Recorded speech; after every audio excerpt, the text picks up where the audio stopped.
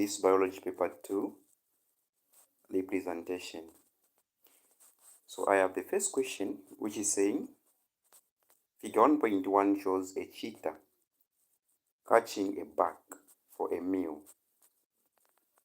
Then as for the first question, question A, it is saying, describe one visible characteristic of the cheetah in figure 1.1 that shows it is a mammal. Okay. So according to what we have here on the diagram here, what can we deduce from this one here? So from this one here, you're going to find that the cheetah is practicing what? Locomotion, because it is learning. Locomotion is defined as the movement of the living organism from one place to another. So there is a difference between locomotion and movement. When you talk of movement, a living organism is going to move the body parts while remaining on the fixed position. This cheetah here is not remaining on the fixed position. It is learning. Okay, so we are going to say locomotion. Locomotion here is visible. Okay. So that is locomotion. Then as for the second one, which is B, it is saying, describe two characteristics of living things shown in figure 1.1 other than feeding. So as you can see from this figure 1.1, we can just imagine that this buck here was feeding on the glasses. And also this cheetah here, once it catches this buck here, it is going to feed the buck. So now they are saying, with the exception of the feeding, we need to give them other characteristics of living organisms. So the first one, we can just say it is going to be respiration. Okay? So respiration is also one of the characteristics of living organisms. Then apart from respiration, we also have this one, which is okay, so also have sensitivity. So in talk of sensitivity, this one here is just the ability of a living organism to detect the particular stimulus. Then when you talk of stimulus, then when you talk of respiration, this one here, this one is just the process by which living organisms obtain energy from the food that they eat. Okay, that's very, very important to remember that one. Then as for question C, it is saying, draw a food chain using figure 1.1. So we need to draw a food chain using figure 1.1. So here we are going to say we have the producers. Now, when it comes to the producers, in most of the cases, producers, they are just green plants. So we are going to say grasses or plant. Then apart from grasses, what follows next? It is going to be the bark. Then the last one is going to be the cheetah. So the cheetah.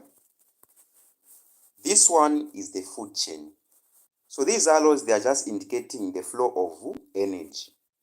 And one thing that you need to understand here is that during the flow of energy, the grasses or the plants, they are going to produce 100% of energy.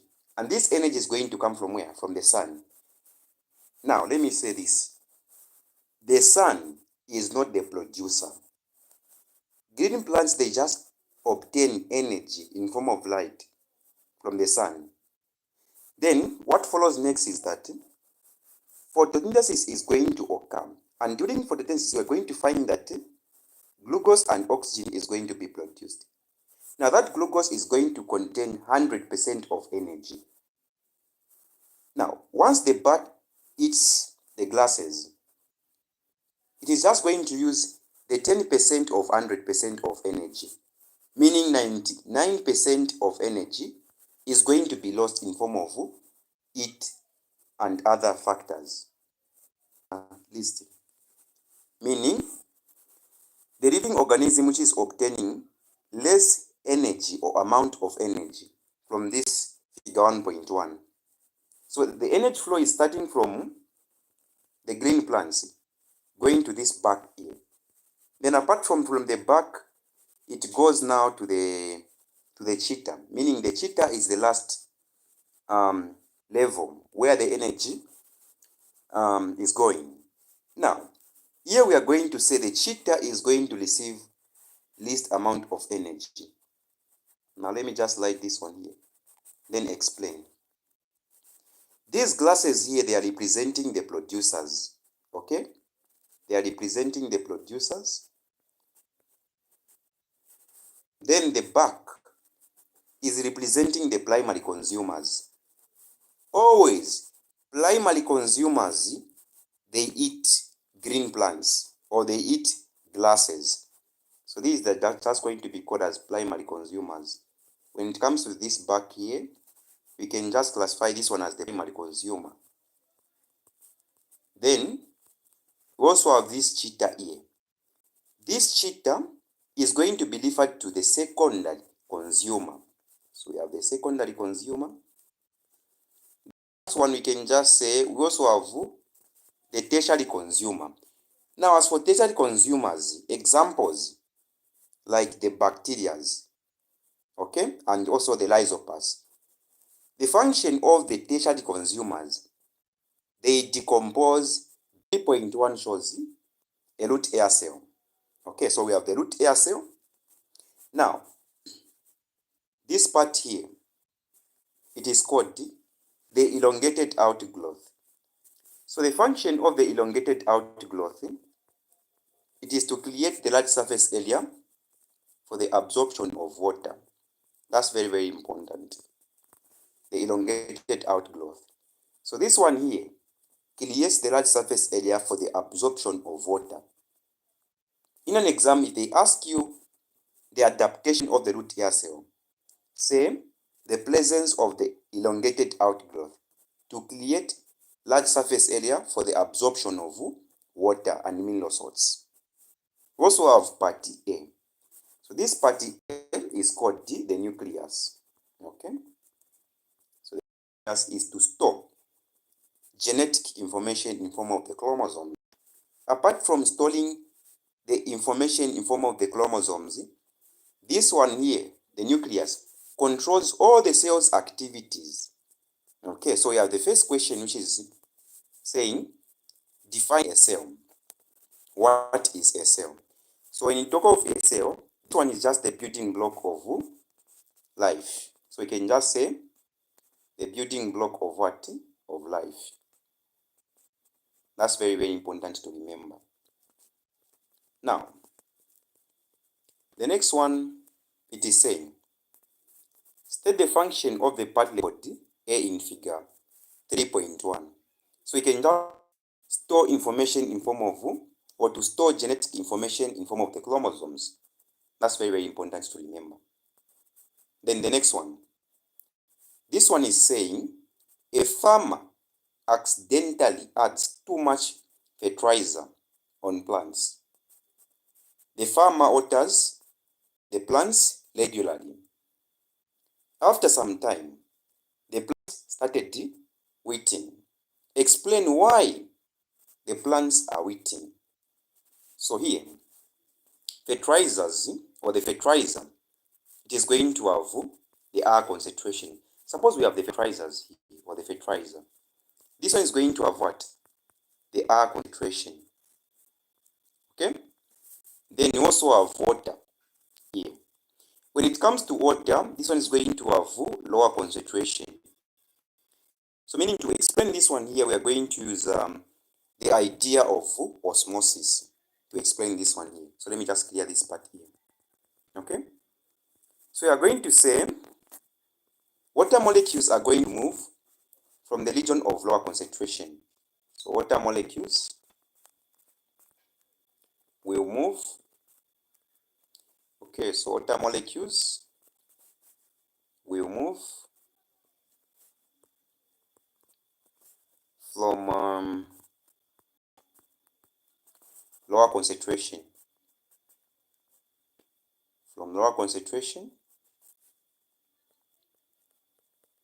to the higher concentration.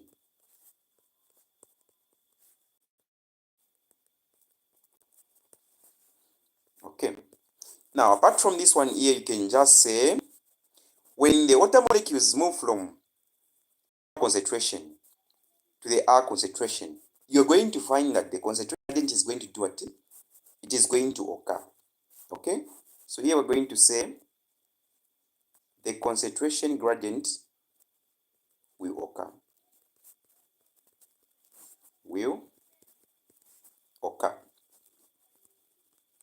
Then the last one, since here we are having 3 marks, so the last one we are going to say, therefore, water molecules are going to leave the what? The cell, thereby causing what? Plasmolysis. So we're going to say this causes plasmolysis. This causes plasmolysis. So now when you talk of plasmolysis, just say plasmolysis. When you talk of plasmolysis or cell plasmolysis, this one is the process by which the cell loses water by what? By osmosis. Once it by osmosis, you are going to find that the cell membrane is going to detach itself from the cell wall, and you are going to have something like this one here. This one is going to be the cell membrane, okay? Then this one is going to be the nucleus, and this one is going to be the cell wall, something like this one here. When you see something like this one here, meaning the plant cell is undergoing what? Cell plasmolysis. Okay, let's see the next question. The next one is saying, in a plant, water is conducted from the roots to the leaves by a tissue. Define the term tissue. So in talk of a tissue, this one is just a group of cells with similar structures that work together to perform a specific function. So we are saying the group of what? Cells. Group of cells with similar features.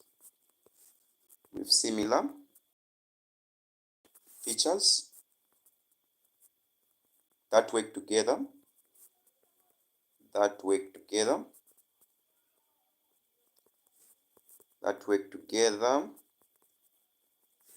To perform the specific function.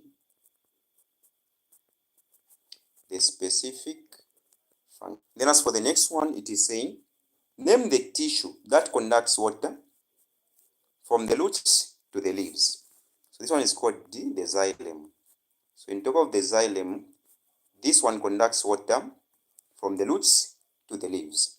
But when it comes to the phloem conducts the manufactured foods like the sucrose and amino acids. Then as for the last one, it is saying, describe the role of water in photosynthesis. So the role of water in photosynthesis, we are going to say it acts as the what? The reactant. So this one is the reactant. It reacts with what? Carbon dioxide to produce glucose and what? Oxygen. So in the process of photosynthesis, you are going to find that water is going to react, is going to work as the reactant. Then apart from that one, it is going to react as the cooling reagent. Okay, so you can say cooling reagent. So water is going to act as the cooling reagent. Let's do this. Okay, something like this. So let's see the next one. Part E is called the neural spine. Okay, so part E, let me say part I, not part E. Part I, sorry for that, is called the neural spine. Do not write like neutral spine. No, this one is not neutral spine, but neural spine. And then also have this part here. This part is called the neural canal. Okay, so this one is called the neural canal. So it comes to the neural canal. That is where now the spinal cord passes. So in an exam, if they ask you the function of the neural canal, just say the cavity. When you say cavity, it's more like a space. So the cavity where the spinal cord passes. Then part H. This one is called the centrum or body. This one is called centrum or body. Just the same spelling for the body. Okay. So or the body. So centrum is also known as what? The body. The question is saying identify the parts of the body, H and I. So part the body H is called the body or the centrum. Then part I is called the neutral. I'm repeating. This one is not called the neutral spine, but the neural spine. Okay. Then the next one, it is saying, which is Roman numeral 1 for question B, in which region of the vertebra it is called the cervical, just do this, the cervical vertebrum. Now this cervical vertebrum, it is found in the chest region. So we are just going to say chest region. That's very, very important. Okay, chest region. Then Roman numeral number 2, it is saying give a reason for your answer in B, Roman numeral number 1 above. Why are we saying this one is found in the chest region? So let's try to look at the structure.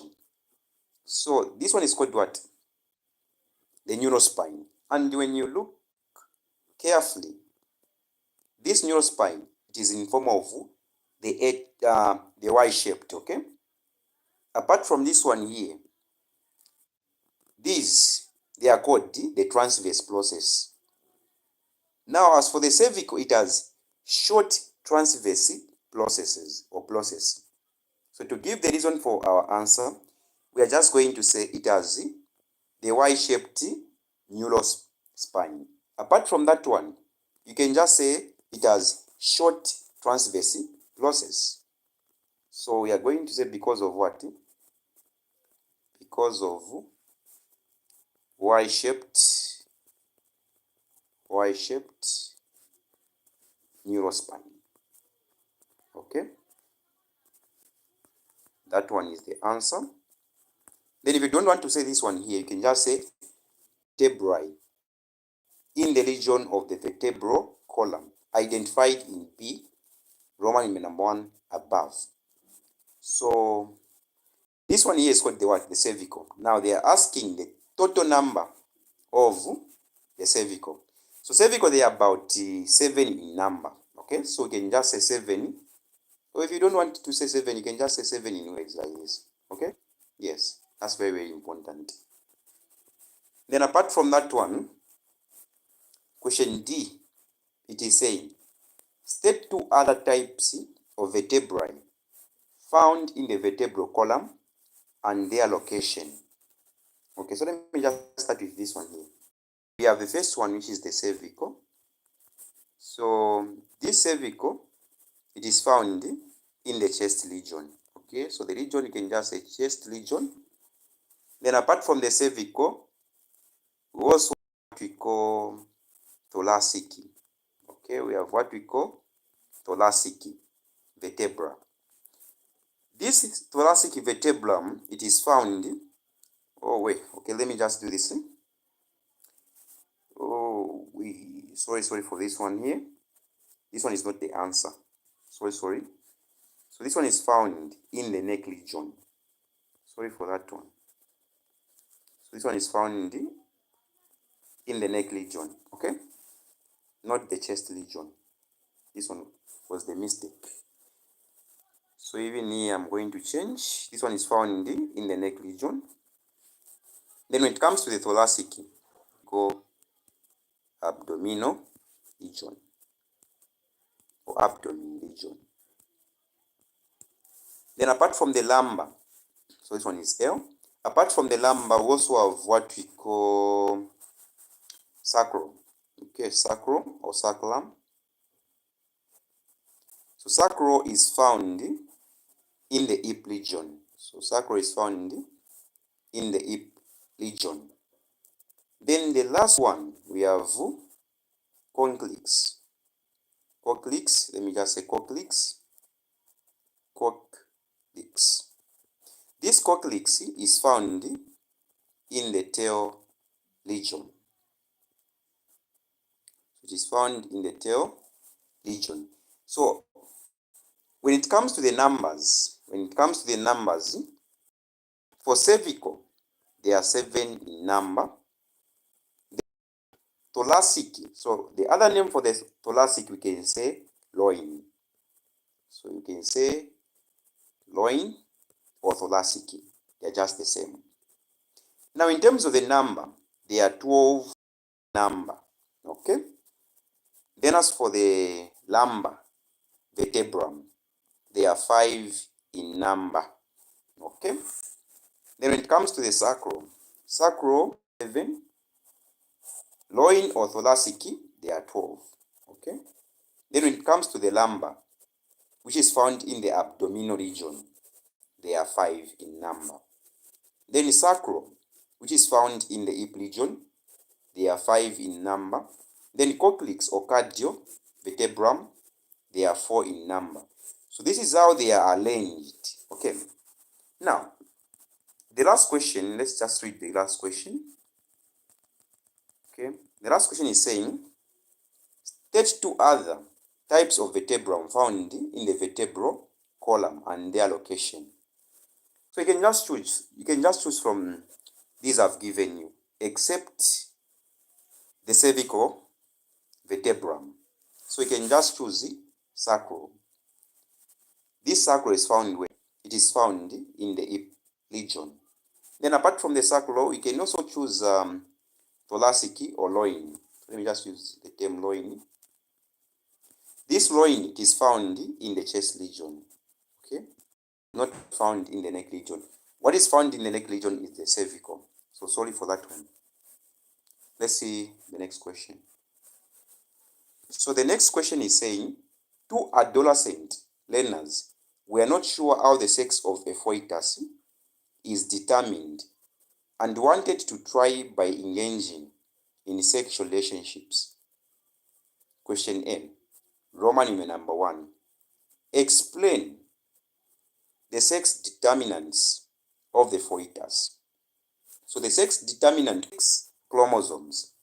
So to write this one, just to say the sex of the fetus is determined by sex chromosomes.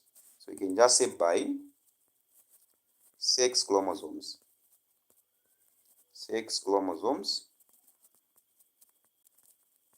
These are, we have the X chromosome. Then apart from the X chromosome, and we also have the Y chromosome. Okay, that's very, very important to remember. Now, you're going to find that the X chromosome is going to come from the ovum. Okay, that's very, very important. The X chromosome is going to come from the ovum. Then the Y chromosome, it is going to come from the sperm. Now, since these are sex chromosomes, the ovum and the sperm, these are sex chromosomes. Let me say, these are sex gametes or sex cells. Okay? So, you're going to find that the ovum and the sperm, these two, they are going to contain 23 chromosomes, because these are examples of what? Gamete cells or sex cells. When it comes to somatic cells, they have 46 chromosomes. Somatic cells, they are also known as what? The body cells. That's very, very important to remember also. Okay. Now, let's try to look at the chromosomes they represent. So XX chromosomes, these they represent the chromosomes for the what? For the female. Then when we use XY, these they are going to represent the chromosomes for the what? For the male. Now in an exam, if they ask the difference between the X chromosome and the Y chromosome, you are going to say the X chromosome is longer than the Y chromosome. That's a difference. So the first thing here, we need to start with the phenotype. Okay. So the phenotype, here we are going to have a male being close with the female. Then what follows next is the genotype.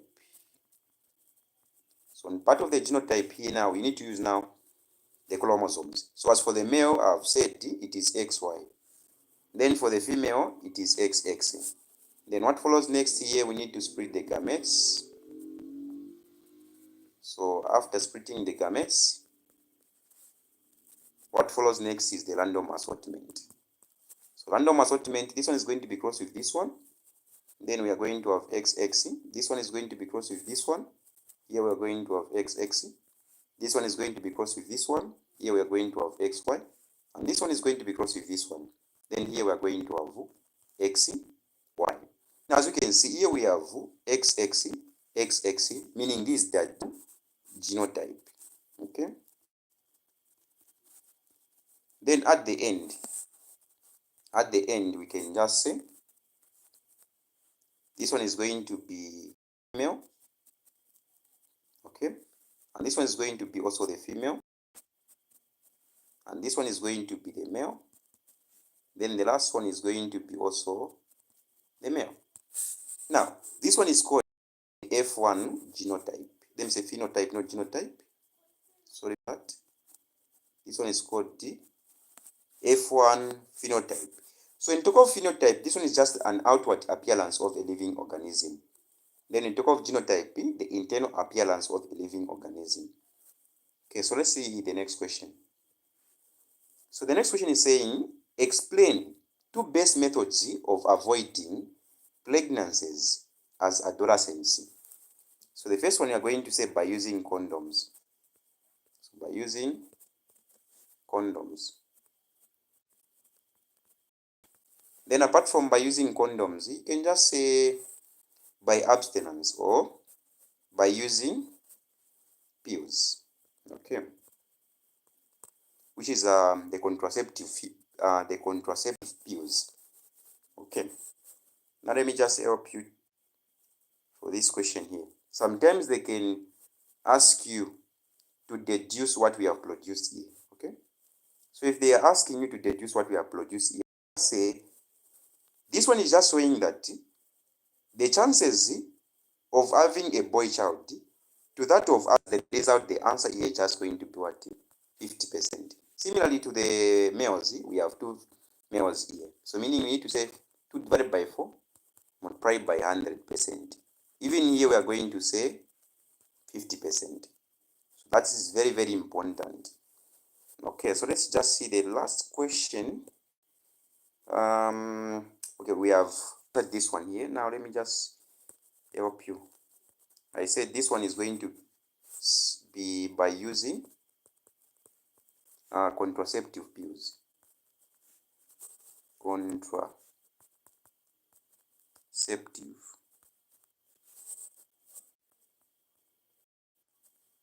pills. Okay. So that was the last one. Thanks for watching and see you next time. Okay.